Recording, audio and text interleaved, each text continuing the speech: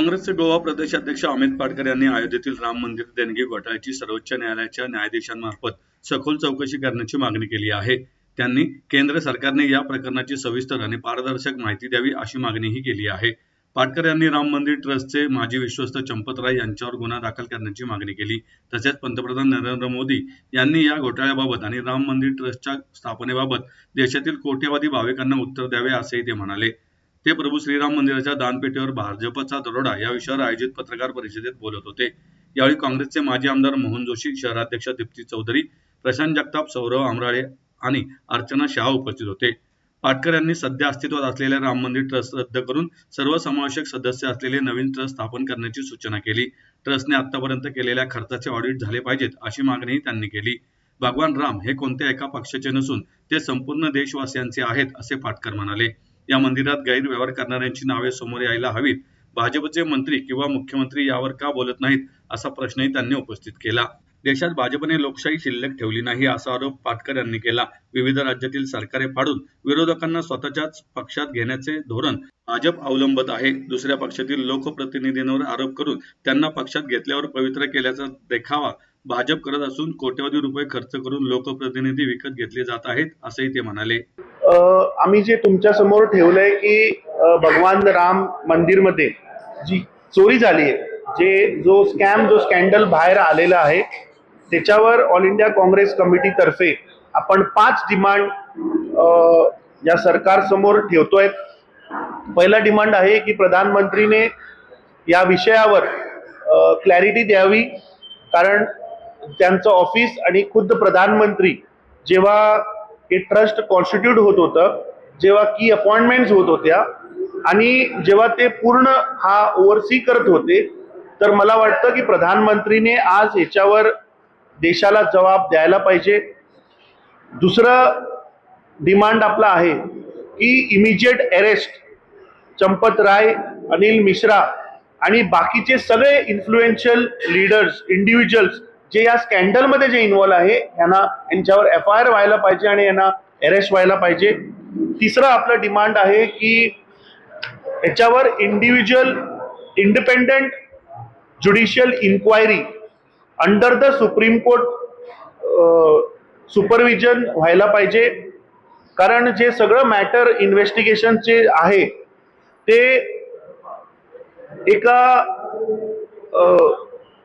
Orchestrated पद्धतीने ते protect करायला बघतायत. सो आम्हाला वाटतं की ह्याला सुप्रीम कोर्टच्या सुपरविजन मध्ये इंडिपेंडेंट ज्युडिशियल इन्क्वायरी व्हायला पाहिजे. आपली चौथी डिमांड आहे की जो ट्रस्ट आहे, जो राम जन्मभूमी तीर्थ क्षेत्र ट्रस्ट जो आहे तो इमिजिएट डिझॉल्व्ह करायचा. त्याच्यात जे नवीन मेंबर्स जे काय कोणी लोक असतील, तर आम्हाला वाटतं की त्याच्यात various religious leaders across the country हे लोक त्याच्यात असावे. त्याच्यानंतर एमिनेंट सिटिझन्स असावे. त्याच्यानंतर ॲडमिनिस्ट्रेटिव्ह एक्सपर्ट्स त्याच्यात असावे आणि इंडिपेंडेंट मेंबर्स ज्याच्यापासनं ट्रान्सपरन्सी आणि अकाउंटेबिलिटी येईल अशा लोकांचा मिळून तो ट्रस्ट आपण डिमांड करतोय. आणि 5वा आपला डिमांड आहे की जे पैसे, जे लोकांची देणगी, जे लोकांची डोनेशन्स होते त्याच्यावर एक इंडिपेंडेंट फॉरेन्सिक ऑडिट करावं आणि जे काय लोकांचं पैसे देणगी होती, तिकडचे लँड ट्रान्झॅक्शन्स होत्या, जे काही इव्हेंट्स तिथे घडल्या, जे काय एक्सपेंडिचर रिलेटेड राम मंदिरच्या विषयावर जे काही फंड अलोकेशन असेल त्याच्यावर सगळं ऑडिट होऊन ते पब्लिक समोर ठेवायचं असं आपण मागणी करतो. की आज या देशात डेमोक्रेसी राहिलेली नाही. एक हेल्दी डेमोक्रेसी जर तर देश चालेल तर आपल्याला व्हायब्रंट ओपोजिशन पण लागतं. आणि गेली 12 वर्ष आम्ही बघतोय की विविध तुम्ही आधी कर्नाटका घ्या,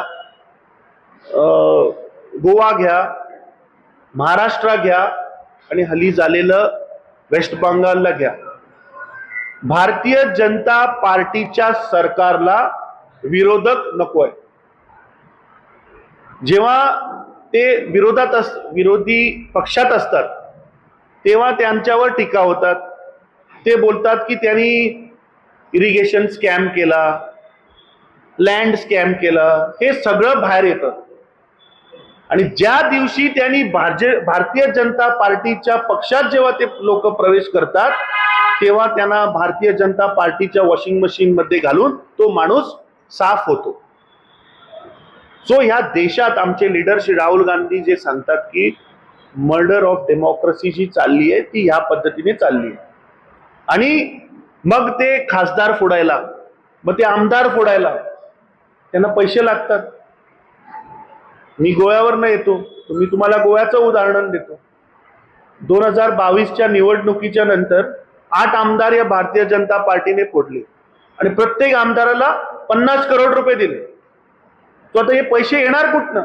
मग असंच की मंदिरचे पैसे चोरा, गरीब गौर जनतेचे पैसे चोरा, देशाला लुटा, देशाचे जे PSU आहेत ते विका, देशाला विकून टाका आणि मग आमदार आणि खासदाराला विकत घ्या.